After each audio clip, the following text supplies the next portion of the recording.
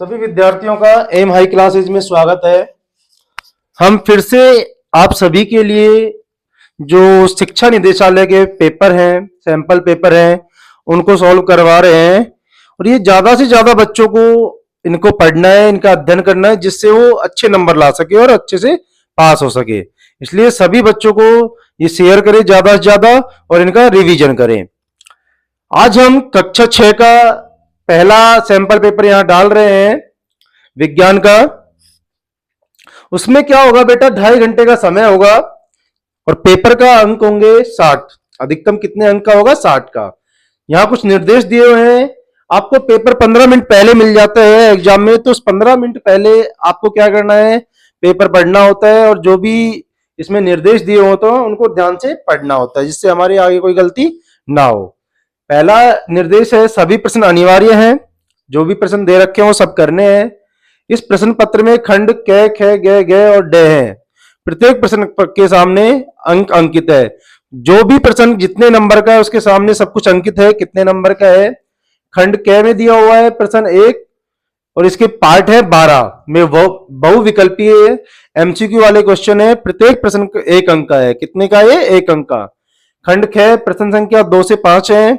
इसमें अति लघु उत्तरीय प्रश्न है। इसमें 2 या 3 लाइनों वाले क्वेश्चन है। प्रत्येक प्रश्न 2 अंक का है। खंड ग प्रश्न संख्या 6 से 8 में लघु उत्तरीय प्रश्न है। ये प्रत्येक प्रश्न 3 अंक का है।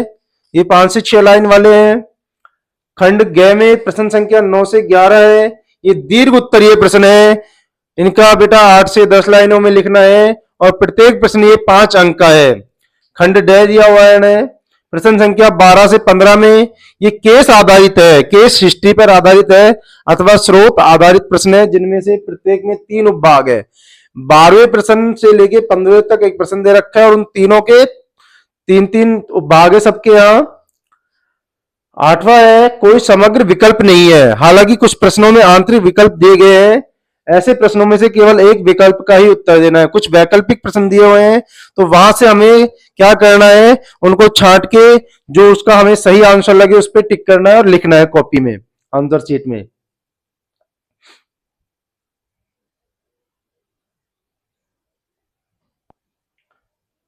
पहला प्रश्न है हमारा प्रश्न संख्या 1। प्रश्न 1 से 12 में से एक सही विकल्प चुनिए। हमें बताना है, यहाँ विकल्प चुनना है। पहला प्रश्न है, वस्तुओं को उनके समान गुणों के आधार पर समूह में व्यवस्थित करने की जो प्रक्रिया है उसको हम क्या कहते हैं? ऑप्शन ए विविधता, ऑप्शन बी शाखाएं बनाना, ऑप्शन सी समूह बनाना या ऑप्शन डी पौधरोपण करना। समान गुणों के आधार पर हम वस्तुओं को उनके समूह बनाते हैं, तो ये विधि क्या कहलाती है? समूह बनाना। क्या कहलाती है? समूह बनाना। जो समान गुणों के आधार पर हम एक समूह बना लेते हैं। दूसरा प्रश्न है हमारा, कौन से पोषक तत्व हमें लंबा और होने और मजबूत मांसपेशियां बनाने में मदद करता है? हमें बताना है कि कौन सा पोषक तत्व है जिससे हम लंबे होते हैं और मजबूत मांसपेशियां बनती है। Option A carbohydrate, option B वसा, ऑप्शन सी प्रोटीन या ऑप्शन डी विटामिन। कार्बोहाइड्रेट से हमें तुरंत एनर्जी मिलती है, वसा से हमें अधिक मात्रा में एनर्जी मिलती है और प्रोटीन जो होता है उससे हमारे लंबा होना और मजबूत मांसपेशियां किससे डिसाइड होती है? प्रोटीन से। मांसपेशियां मजबूत होती है, हमारे क्षतिग्रस्त अंगों का मरम्मत होता है, नई पेशियां बनती है बेटा, वो किससे बनती है? प्रोटीन से। तो इसका राइट आंसर हो जाएगा सी प्रोटीन।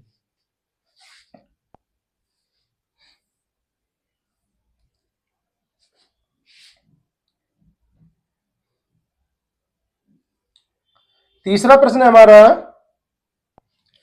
संतुलित आहार में सम्मिलित होना चाहिए। संतुलित आहार में क्या क्या सम्मिलित होना चाहिए? ऑप्शन ए केवल फल और दूध, ऑप्शन बी सभी पोषक तत्व उचित मात्रा में, ऑप्शन सी केवल वे खाद्य पदार्थ जो हम पसंद करते हैं, ऑप्शन डी अधिकतर जंक फूड। हमें बताना है कि संतुलित आहार क्या होता है, कि जिसमें केवल फल और दूध हो या सभी पोषक तत्व हो उचित मात्रा में, या फिर वैसे खाद्य पदार्थ जो हमें पसंद हो, या फिर जो जंक फूड फास्ट फूड है वो। तो इसका राइट आंसर हो जाएगा जो सभी पोषक तत्व अगर उचित मात्रा में उपस्थित हो तो ऐसे आहार को हम क्या कहते हैं बेटा? संतुलित आहार। तो इसका राइट आंसर बी हो जाएगा। नेक्स्ट चौथा प्रश्न है हमारा, निम्न में से पौधों में कौन सी क्रिया अथवा गति को दर्शाती है? हमें बताना है कि कौन सी क्रिया अथवा गति को दर्शाती है। दौड़ना, श्वसन, ऑप्शन सी फूलों का खुलना और बंद होना, या ऑप्शन डी भोजन करना। अब हमें यहाँ गति को दर्शाना है कि कौन सी गति है, तो बताओ दौड़ना। हम दौड़ते हैं ना, दौड़ लगाते हैं, तो क्या है? गति। तो इसका राइट आंसर हो जाएगा ए, दौड़ना। दौड़ना गति को दर्शाता है।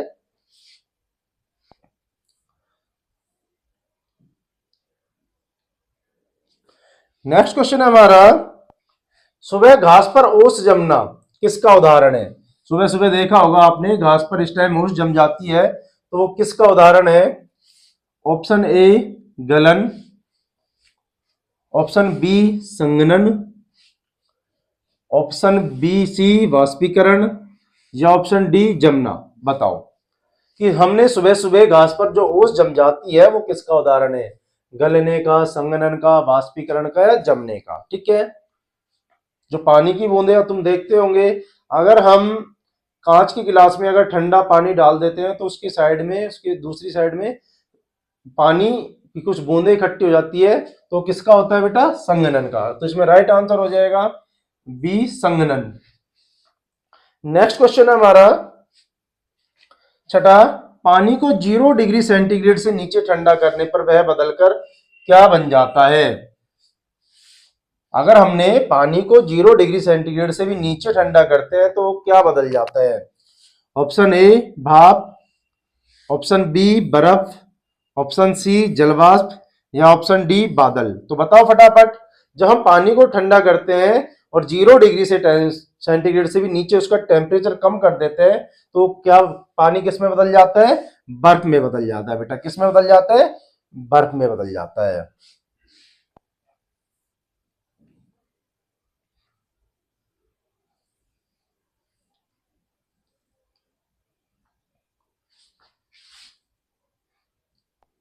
नेक्स्ट क्वेश्चन है हमारा 7, रेत से कंकड़ अलग करने के लिए कौन सी विधि प्रयोग में लाई जाती है? अब बताओ, रेत से अगर हम कंकड़ अलग करने हैं तो हम कौन सी विधि काम में ले सकते हैं? निस्यंदन, ऑप्शन बी ओसाई, ऑप्शन सी हस्तचयन, या ऑप्शन डी चालन। फटाफट से बताओ कौन सी विधि है? क्या निस्यंदन ले सकते हैं, या ओसाई ले सकते हैं, हस्तचयन ले सकते हैं, चालन? तो बेटा हमें क्या है, अब देखो, अगर मोटे मोटे पत्थर हैं तो हम हस्तचयन का उपयोग कर सकते हैं, परंतु वहां बारीक रेत में पता नहीं चलता कैसे कंकड़ होते हैं।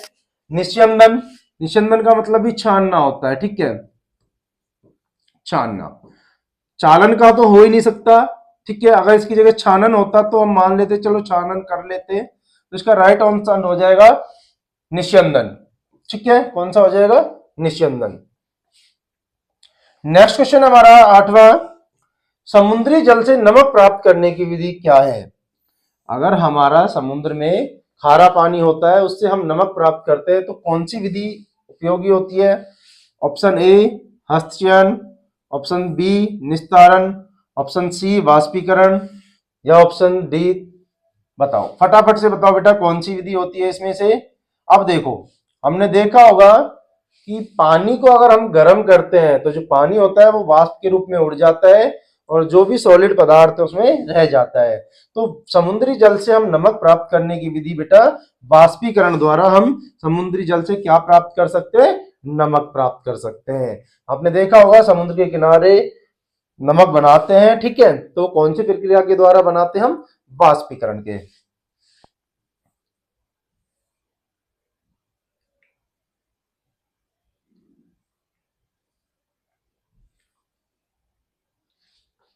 नेक्स्ट क्वेश्चन हमारा 9वां, एक छात्रा को चॉक पाउडर, नमक तथा पानी का मिश्रण अथवा दी अथवा गए अथवा है, उसे चॉक पाउडर नमक दोनों को अलग अलग प्राप्त करना है। निम्नलिखित में से कौन सा सही पृथक्करण क्रम है अपनाया जाएगा? ठीक है, हमें बताना है कि कौन सा प्रक्रम सही है जो हम अपना सकते हैं। ऑप्शन ए चालन, सबसे पहले चालन, ऑप्शन उसके बाद वाष्पीकरण, या फिर निस्यंदन। सबसे पहले बी में निस्यंदन या वाष्पीकरण, अवसादन, चालन, फिर निस्यंदन। ऑप्शन डी में हमारे पास निस्यंदन या चालन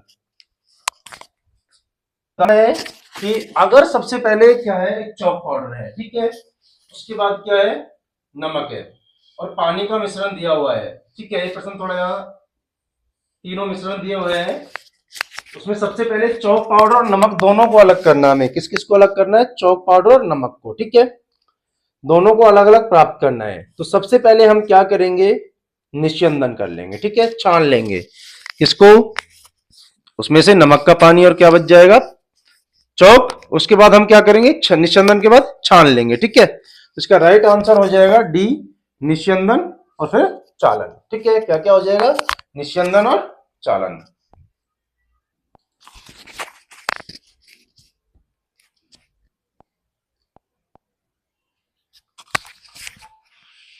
ऑप्शन ए चालन, वाष्पीकरण, निस्यंदन। क्या क्या हम पहले सबसे पहले छानेंगे, चालन का मतलब यह छानने से है, ठीक है, छानन।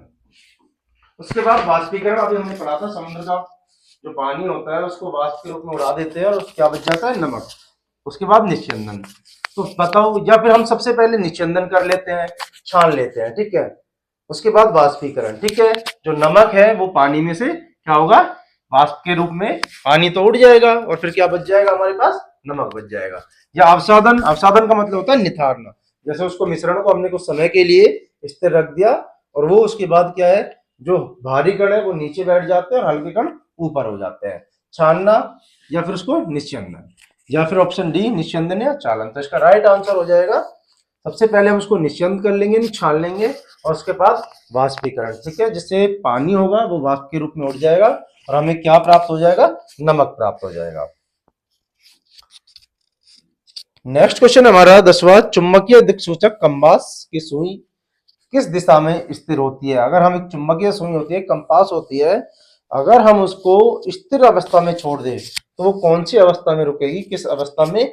ऑप्शन ए एनएस यानी उत्तर दक्षिण, ऑप्शन बी एसएन यानी दक्षिण उत्तर, ऑप्शन सी ईडब्ल्यू यानी पूर्व पश्चिम, या ऑप्शन डी डब्ल्यू पश्चिम पूर्व। तो बताओ फटाफट, हमने बताया था कि कौन सी दिशा में ठहरेगी वो हमेशा, उत्तर दक्षिण। कौन सी दिशा में ठहरेगी, उत्तर और दक्षिण दिशा में ठहरेगी, उत्तर नॉर्थ और दक्षिण साउथ। तो इसका राइट आंसर हो जाएगा ए, उत्तर दक्षिण एनएस, ठीक है। चुंबक के दो ध्रुव होते हैं, उत्तर और दक्षिण एनएस।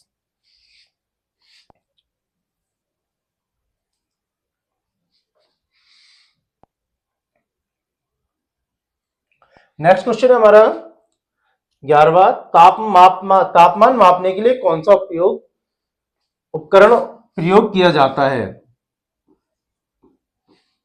हमें बताना है कि तापमान मापने के लिए हम कौन सा उपयोग करते हैं उपकरण। Option A barometer, option B thermometer, या ऑप्शन सी हाइग्रोमीटर, या ऑप्शन डी ओडोमीटर। तो बताओ तापमान मापने के लिए हम कौन से उपकरण का उपयोग करते हैं। बताओ, डॉक्टर के जाते हैं वो क्या लगाता है, हमारे थर्मामीटर लगाता ना।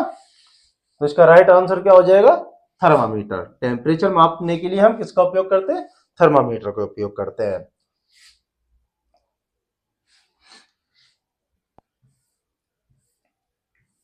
नेक्स्ट प्रश्न है हमारा पहले का 12वां, ये लास्ट है एमसीक्यू वाला। इसमें तापमान की ऐसा इकाई क्या है। देखो, अभी हम पढ़ रहे थे तापमान मापने के लिए कौन सा उपकरण काम में लिया जाता है, ठीक है। तो यहाँ थर्मामीटर बता दिया था हमने। अब वो पूछ रहा है कि ऐसा यूनिट कौन सी है, तापमान को हम ऐसा ही कौन सी यूनिट में माप सकते हैं। Option A Kelvin, option B Celsius, option C Fahrenheit, या ऑप्शन डी उपर्युक्त में से कोई नहीं। अब हमें यहाँ क्या बताना है, हम घबरा जाते हैं क्यों, क्योंकि वो अगर हम फ़ारेनहाइट की बात करते हैं तो हमारी बॉडी का टेम्परेचर होता है 98.6 डिग्री फ़ारेनहाइट, ठीक है, ये सामान्य ताप है।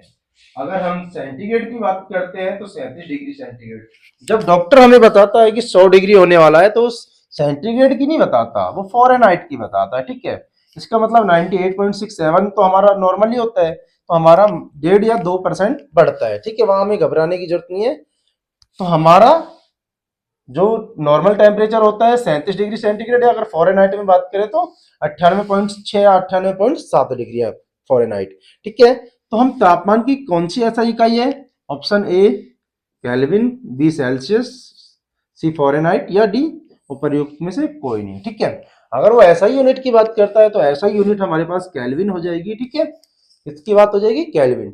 और अगर वो कहता है कि हमारे शरीर का ताप 37 डिग्री सेंटीग्रेड है तो वहां वो सेंटीग्रेड की बात करता है, सेल्सियस की बात करता है। और वो कहता है कि 98 या 99 है तो वो फॉरेनहाइट की बात करता है, ठीक है।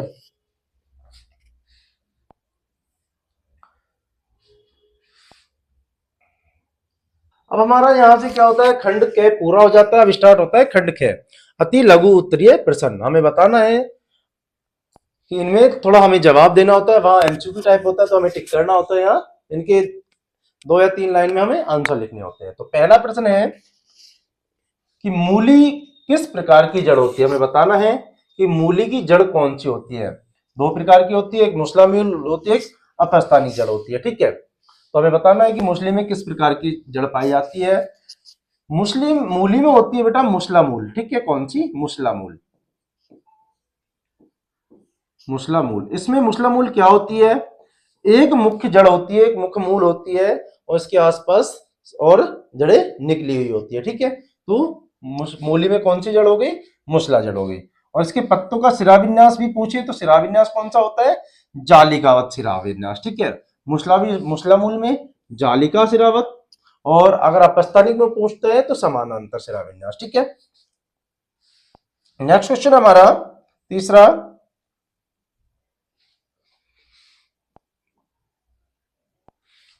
निम्नलिखित का रूपांतरण करना है। यहां कुछ यूनिट्स देख रखी है, इकाई दे रखी है, उनका हमें रूपांतरण करना है कि 3 किलोमीटर को मीटर में बदलना है, ठीक है। 3 किलोमीटर को हमें किस में बदलना है?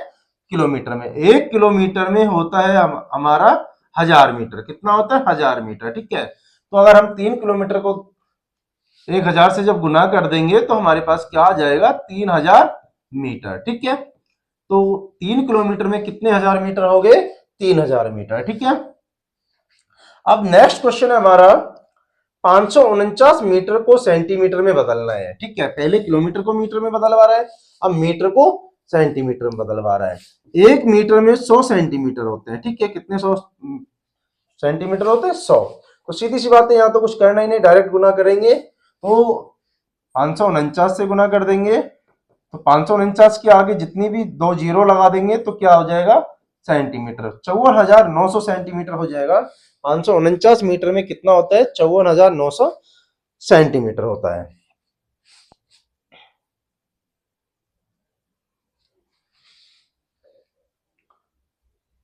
नेक्स्ट क्वेश्चन हमारा चौथा, पदार्थ की परिभाषा लिखिए और द्रव्यमान की एसआई इकाई क्या है। हमें बताना है कि पदार्थ क्या होता है।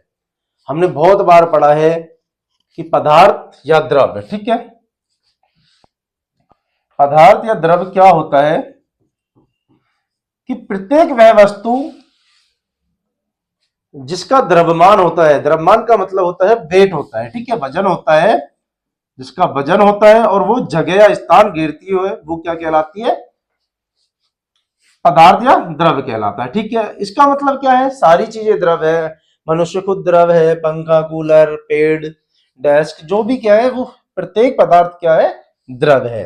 अब वो द्रव्यमान की ऐसा ही इकाई पूछ रहे हैं किलोग्राम। हम जब भी हम वेट नापते हैं तो हमसे पूछते हैं कि आपका वजन कितना है। कि कोई सामान लेने जाते हैं कि 2 किलो चीनी लिया, 5 किलो चावल लिया, तो ये वजन होता है। तो द्रव्यमान की क्या इकाई हो गई? ऐसा इकाई किलोग्राम, ठीक है। नेक्स्ट क्वेश्चन हमारा पांचवा, आवास की परिभाषा लिखिए। किसी भी 2 प्रकार के आवास के नाम बताइए। आवास क्या होता है? जहां हम रहते हैं, ठीक है। जो भी जानवर रहते हैं उसको आवास कहते हैं, पेड़ पौधे रहते हैं वो उनका आवास होता है। तो आवास की हमें परिभाषा बतानी है कि वह स्थान जहां कोई जीव रहता है उसका आवास कहलाता है। सही बात है, जहां जो कोई जीव रहता है वो उसका आवास कहलाता है। हम घर में रहते हैं तो हमारा घर वो आवास कहला गया। जो जलीय जीव है वो समुद्र में या नदियों में पाए जाते हैं वो उनका आवास हो गया। पेड़ पौधे होते हैं वो जंगलों में पाए जाते हैं, वो उनका आवास हो गया। ठीक है, तो हमें अब आवास के नाम भी बताने कौन कौन से होते हैं। एक स्थलीय आवास, ठीक है, जहां थल होता है, जहां जमीन होती है, उसको स्थलीय आवास कहते हैं। और जलीय आवास दूसरा। जलीय आवास होता है जहां जल होता है, समुद्र, नदियां, तालाब, ये क्या है, जलीय आवास है। ये किसका जलीय आवास है, जो जल में रहने वाले जीव जंतु हैं, उनका आवास जलीय आवास है। नेक्स्ट क्वेश्चन हमारा छठा।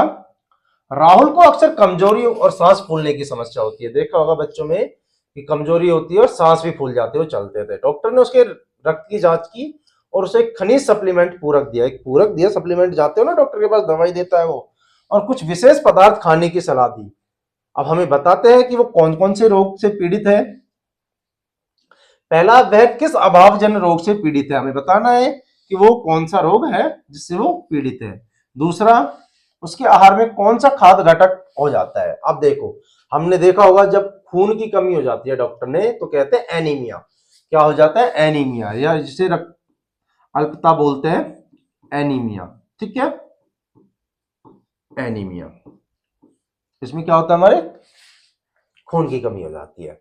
दूसरा, उसके आहार में कौन से खाद्य घटक कम हो सकते हैं जिसे वो एनीमिया हुआ है। अब आपको यह भी पता होना चाहिए कि एनीमिया किसकी कमी से होता है, लोह तत्व की कमी से। किसकी कमी से होता है, लोह तत्व, फेरस, फेरस की कमी से, उसके लोह तत्व की कमी से एनीमिया रोग होता है।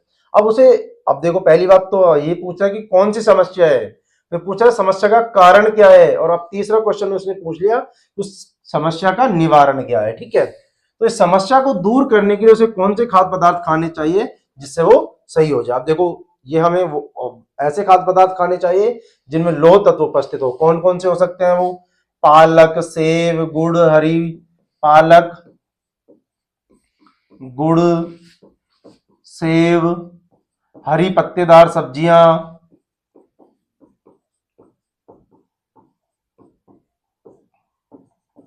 इनका अब वो सेवन करेगा तो उसके शरीर में लौह तत्व या फेरस बन जाएगा और उससे उसकी कमी दूर हो जाएगी।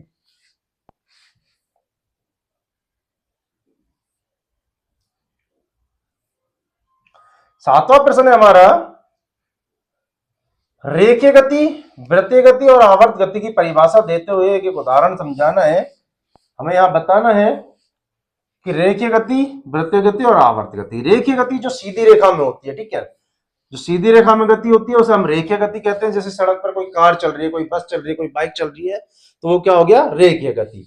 वृत्तीय गति, एक वृत्ताकार पथ पर होने वाली गति को हम क्या कहते हैं, वृत्तीय गति। आपने देखा होगा कि जैसे कोलू का बैल है, वो ऐसे ही चलता रहता है एक वृत्त की तरह। ठीक है, तो क्या हो गया, वृत्ताकार गति हो गई। आवर्त गति होता है जो निश्चित समय अंतराल के बाद वापस उसी गति में रहे, उसी स्थिति में आ जाए। जैसे आपने देखा होगा घड़ी, घड़ी का जो पेंडुलम होता है वो चलता है, फिर वहीं आ जाता है, इधर एक बार इधर जाता है, फिर उधर जाता है, एक बार इधर जाता है, उधर जाता है। ठीक है, जैसे हम कोई धागा बांध के पत्थर में इधर उधर करते रहते हैं ना, तो वो क्या हो गया, आवर्त गति। घड़ी का पेंडुलम इसका उदाहरण हो गया।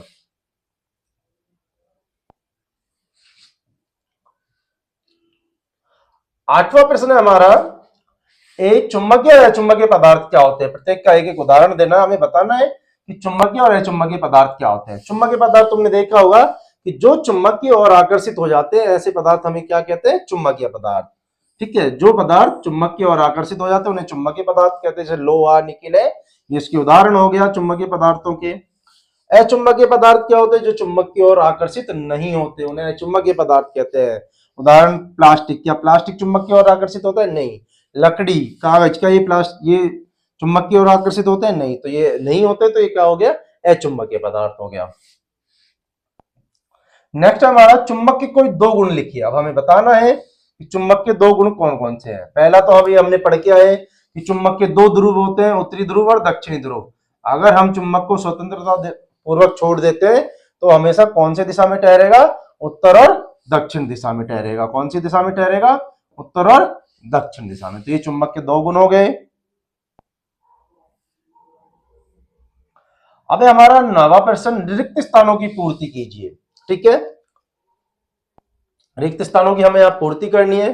कारों में प्राय उपयोग किया जाने वाला ईंधन है। कार हमें किसका उपयोग करते हैं, पेट्रोल। ठीक है, किसका कर सकते हैं, पेट्रोल का। ज्यादातर पेट्रोल का करते हैं, डीजल भी होता है, सीएनजी भी होता है, पर मोस्टली किसका होता है? पेट्रोल का। ठीक है। नेक्स्ट क्वेश्चन है हमारा, नवीकरणीय संसाधन का एक उदाहरण बताना है हमें। नवीकरणीय संसाधन का एक उदाहरण क्या है? सौर ऊर्जा। जो सौर ऊर्जा है जो कभी खत्म नहीं होती, सूर्य का प्रकाश कभी खत्म नहीं होता। नवीकरणीय क्या है? ऐसे संसाधन जो समाप्त नहीं होते, लंबे समय तक चलते रहते हैं, उनका पुनर्निर्माण हम कर सकते हैं। तो सौर ऊर्जा, तो सूरज हमेशा रहेगा तो उससे हमें ऊर्जा मिलती रहेगी। हमें पेट्रोलियम और कोयले को सामान्यतः कौन सा ईंधन कहा जाता है? तो हम इनको क्या कहते हैं? जीवाश्म ईंधन। इनका निर्माण क्या होता है? जमीन के अंदर से होता है। लाखों वर्षों पहले जीव जंतु पेड़ पौधे जमीन के अंदर दब गए और उच्च ताप और उच्च दाब के कारण वो किसमें परिवर्तित हो गए? पेट्रोल और कोयले में परिवर्तित हो गए। नेक्स्ट क्वेश्चन हमारा, वर्षा के जल को इकट्ठा करना क्या कहलाता है? ठीक है, वर्षा के जल को जब हम इकट्ठा करते हैं तो उसे क्या कहते हैं? वर्षा जल का संचयन कहते हैं। क्या कहते हैं? वर्षा जल का संचयन। वायु गैसों का रिक्त स्थान क्या है? मिश्रण है। वायु गैसों का क्या है? मिश्रण है।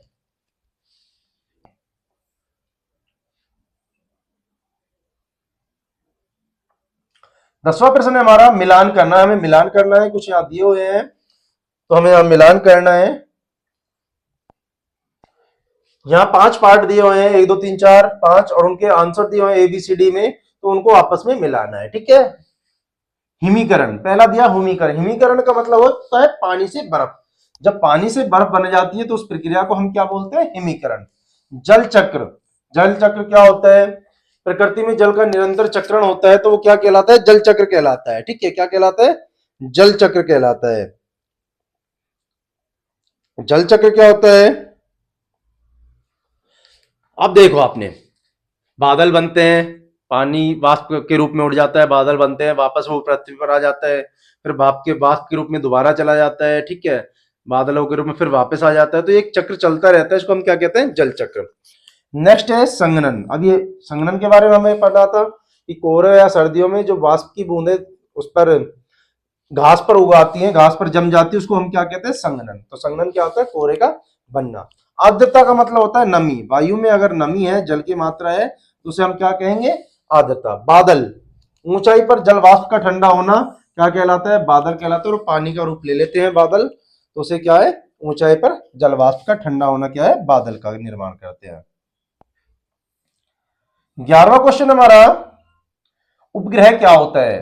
प्राकृतिक एवं कृत्रिम उपग्रहों में अंतर बताइए। हमें बताना है कि उपग्रह क्या होता है। अब उपग्रह होता है जो ग्रह के चारों ओर चक्कर लगाते हैं। ऐसे पिंड जो ग्रह के चारों ओर चक्कर लगाते हैं, हम उन्हें क्या कहते हैं? उपग्रह कहते हैं। ठीक है। उपग्रह वह आकाशीय पिंड जो किसी ग्रह के चारों ओर चक्कर लगाता है, उसे उपग्रह कहते हैं। प्राकृतिक उपग्रह जो प्रकृति द्वारा निर्मित होते हैं, मानव द्वारा निर्मित नहीं होते। ये अपने आप प्रकृति द्वारा निर्मित होते हैं। कौन कौन से? जैसे चंद्रमा है, सूर्य है, पृथ्वी है। ठीक है, ये सारे कौन से? प्राकृतिक उपग्रह है। कृत्रिम उपग्रह क्या होता है? ये मानव द्वारा बनाए या मनुष्य द्वारा बनाए जाते हैं, जिन्हें संचार या शोध के लिए अंतरिक्ष में भेजा जाता है। जैसे इनसैट है, आर्यभट्ट है, ये मनुष्य द्वारा निर्मित है। नेक्स्ट है हमारा केस आधारित प्रश्न। अब स्टार्ट हो जाते हैं। पक्षी द्वारा अंडे देना जीवधारी के किस गुण को दर्शाता है? अब बताओ। अगर हम पक्षी के अंडे देते हैं तो किस गुण को दर्शाता है? ठीक है, तो पक्षी द्वारा अंडा देना है तो अंडज। ठीक है, उन पक्षियों को तो हम क्या कह देंगे? अंडज। और वो क्या है? जनन प्रक्रिया द्वारा अंडों से क्या होता है बेटा? फिर एक नए जीव का निर्माण होता है। तो एक जनन प्रजनन ठीक है, पहले अंडा देगा, अंडज कहलाएगा वो, अंडज से क्या होगा? फिर अंडा, फिर एक नए जीव का निर्माण होगा। अब देखो, मछली किस प्रकार की गति दिखाती है? मछली के देखो फ्लिप्स लगे होते हैं तैरने के लिए, पंख लगे होते हैं। ठीक है, तो मछली अपने पंखों और पूंछ की सहायता से तैरती है। ठीक है, किसकी सहायता से तैरती है? फ्लिप्स की तैर। ठीक है, जिनको हम क्या बोलते हैं? फ्लिपर।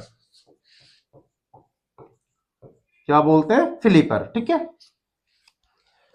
तीनों जीव मछली, गाय, पक्षी में एक समानता बताओ। अच्छा देखो, पहली समानता तुम्हें दिख रहा है, ये मछली, गाय और पक्षी सजीव है। तीनों क्या है? सजीव है और भोजन ग्रहण करते हैं। ठीक है, तो ये इसकी समानता हो गई। नेक्स्ट क्वेश्चन है हमारा 13वां। चीनी, रेत, नमक और तेल और चौक पाउडर में से कौन से दो पदार्थ जो जल में घुलेंगे, कौन से दो पदार्थ जो जल में नहीं घुलते हैं, जो पदार्थ जल में घुल जाते हैं उन्हें क्या कहा जाता है। आप देखो, चीनी, रेत, नमक और तेल, चौक पाउडर में से क्या क्या घुल जाएगा। देखो, चीनी भी घुल जाता है, हमने घोल के देखते हैं। क्या रेत घुल जाएगी? नहीं घुलती रेत, ठीक है। नमक घुल जाएगा? हाँ घुल जाएगा। तेल नहीं ऊपर तैरता रहेगा। चौक पाउडर भी नहीं घुलेगा। तो सिर्फ कौन कौन सा घुलेगा? चीनी और नमक, ठीक है। कौन से दो पदार्थ जल में नहीं घुलेंगे? अब देखो, पहला तो तेल नहीं घुलेगा, तेल उसके ऊपर तैरता रहता है। और क्या? रेत पाउडर भी नहीं घुलता, ठीक है। जल में घुलने वाले पदार्थ, जो पदार्थ जल में घुल जाते हैं उन्हें हम विलेय कहते हैं, विलेय पदार्थ, ठीक है। क्या कहते हैं? विलेय पदार्थ, विलेय या घुलनशील पदार्थ। क्या क्या कहते हैं? विलेय या घुलनशील पदार्थ, ठीक है। 14वां प्रश्न है हमारा, मीना की मां द्वारा गेहूं से पत्थर अलग करने के लिए कौन सी विधि का प्रयोग की गई है? देखो, गेहूं से पत्थर अलग करने के लिए, ठीक है, गेहूं से मोटे मोटे पत्थर होते हैं तो उनको हम किस विधि द्वारा अलग कर सकते हैं? हस्तचयन। कौन सी विधि? हस्तचयन। भूसी अलग करने की कौन सी विधि होती है? ठीक है, भूसी अलग करने की होती है निष्पावन, ठीक है। निष्पावन का मतलब पवन चलती रहती है और उसको पवन की सहायता से या ओसाई थ्रेसर के द्वारा, आजकल हम थ्रेसर के द्वारा भी उसको अलग कर सकते हैं, ठीक है। थ्रेसिंग,